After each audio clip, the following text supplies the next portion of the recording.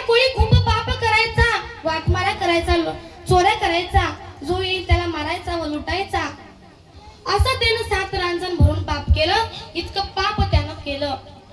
परंतु त्या वाटेवरती एक वेळच विनेचा झणकार करत, टाळ चिपळी वाजत एक महर्षी चालले होते. ते भजन करत चालले होते. कसं तर आपल्याला देखील भजन करायचंय. सर्वांनी 2 मिनिटं सर्वांनी हात वरती घ्या. आपणही त्यांच्यासारखं भजन करूया. नारायण श्रीमन नारायण नारायण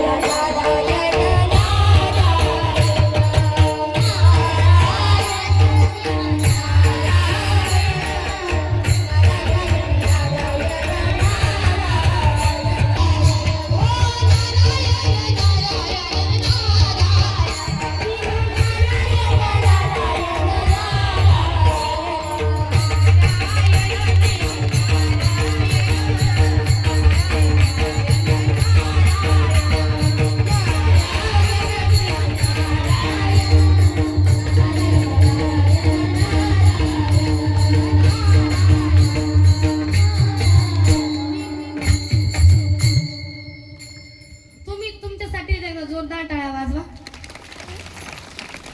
खूपच सुंदर भजन केलं. असं भजन माझे नारद, असं भजन जे करतात त्यांचं नाव काय? ज्यांची युक्ती कधीच रद्द होत नाही त्यांना नारद असे म्हणतात. नारद मुनी त्या वाटेने चालले होते.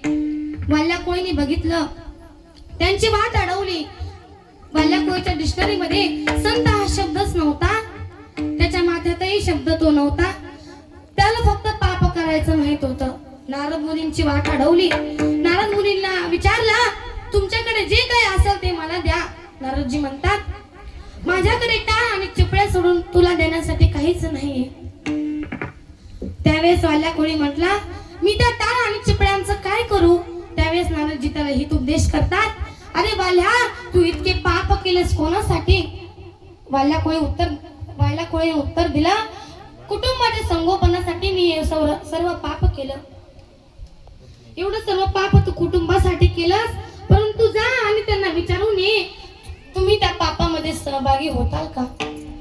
त्यावेळेस वाल्या कोळी म्हटला, तुम्ही सुटून जाण्यासाठी मला नादी लावताय की काय? नारदजी म्हणतात, तुला जर असं वाटत असेल तर मला झाडाच्या बुंध्याला बांध आणि जा विचारून ये, तुम्ही माझ्या पापामध्ये सहभागी होताल का?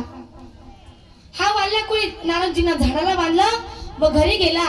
सर्वात पहिले वडिलांना विचारलं, का हो बाबा, तुम्ही सुखात राहावा यासाठी मी धन मिळवतो, परंतु ते धन मिळवण्यासाठी मी पाप करतो. तुम्ही त्या पापामध्ये माझ्या सहभागी होणार का?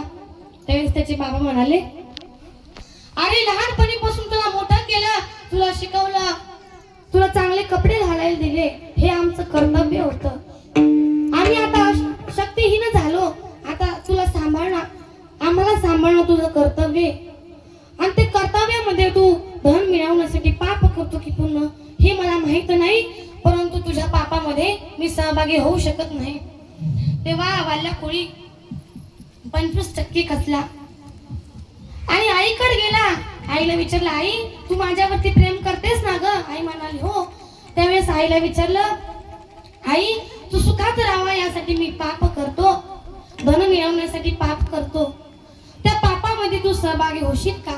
त्यावेळेस आईने उत्तर दिलं, बाळा, तुझ्या पापामध्ये मी सहभागी होऊ शकत नाही. त्यावेळेस हा 50% कसला आणि पत्नीकडे आला.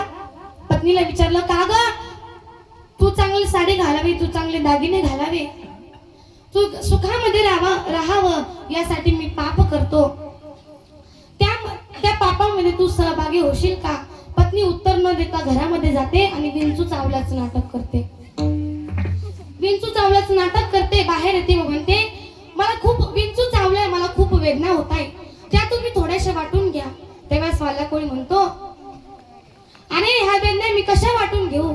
त्यावेळेस तिने लगेच उत्तर दिला की तुम्ही जशा माझ्या वेदना वाटून घेऊ शकत नाही, त्याप्रमाणे मी तुमचं पाप देखील वाटून घेऊ शकत नाही.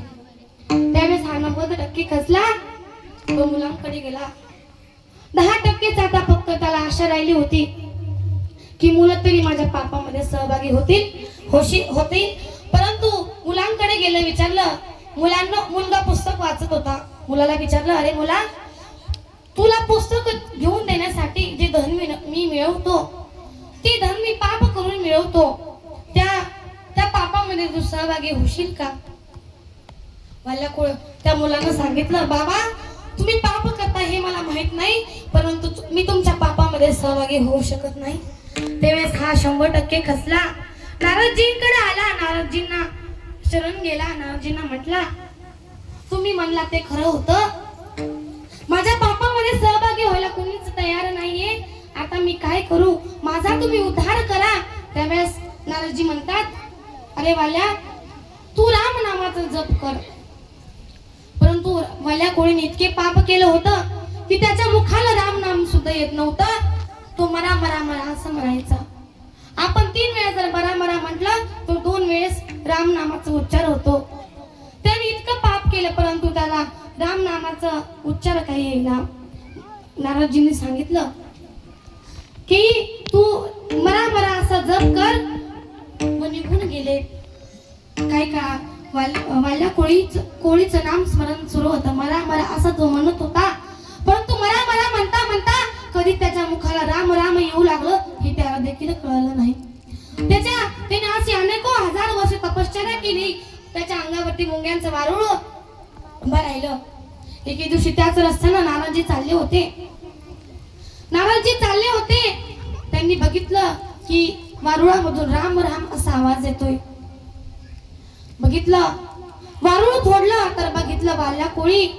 त्यावेळेस सांगितलं, आता तू वाल्या कोळी राहिला नाहीस, तू आता वाल्मिक झालास. तू आता राम अवतारापूर्वी तू रामायण भगवान परमात्म्याचं गुण गायन करशील असा आशीर्वाद दिला. आणि भगवंताच्या अवतारापूर्वी रामायण त्यांचं गुण गायन करण्याचं सौभाग्य वाल्मिक ऋषींना प्राप्त झालं. मी सांगत होते संत संगतीने जीवाचं कल्याण होतं.